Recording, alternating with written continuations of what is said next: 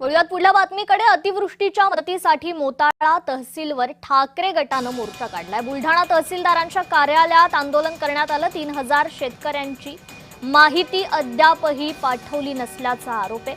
शेतकऱ्यांना अतिवृष्टीची मदत देऊ करा अशी मागणी ठाकरे गटानं तहसीलदारांकडे केली आहे. लवकरात लवकर शासनाने आणि प्रशासनाने सुद्धा ही नुकसान भरपाईची रक्कम शेतकऱ्याच्या खात्यात जमा केली पाहिजे. शासन सातत्याने शेतकऱ्यांबाबत उदासीनतेचं धोरण ठेवतंय आणि त्यामुळे खूप मोठा फटका, खूप मोठा त्रास हा शेतकऱ्यांना सहन करावा लागतोय.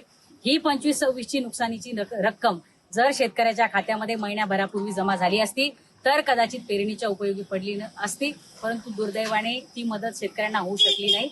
आता आमची पुन्हा एकदा शासनाला आणि प्रशासनाला विनंती आहे की लवकरात लवकर तातडीने 25-26 ची नुकसानीची, अतिवृष्टीची जी काही रक्कम आहे ती शेतकऱ्याच्या खात्यात जमा करावी.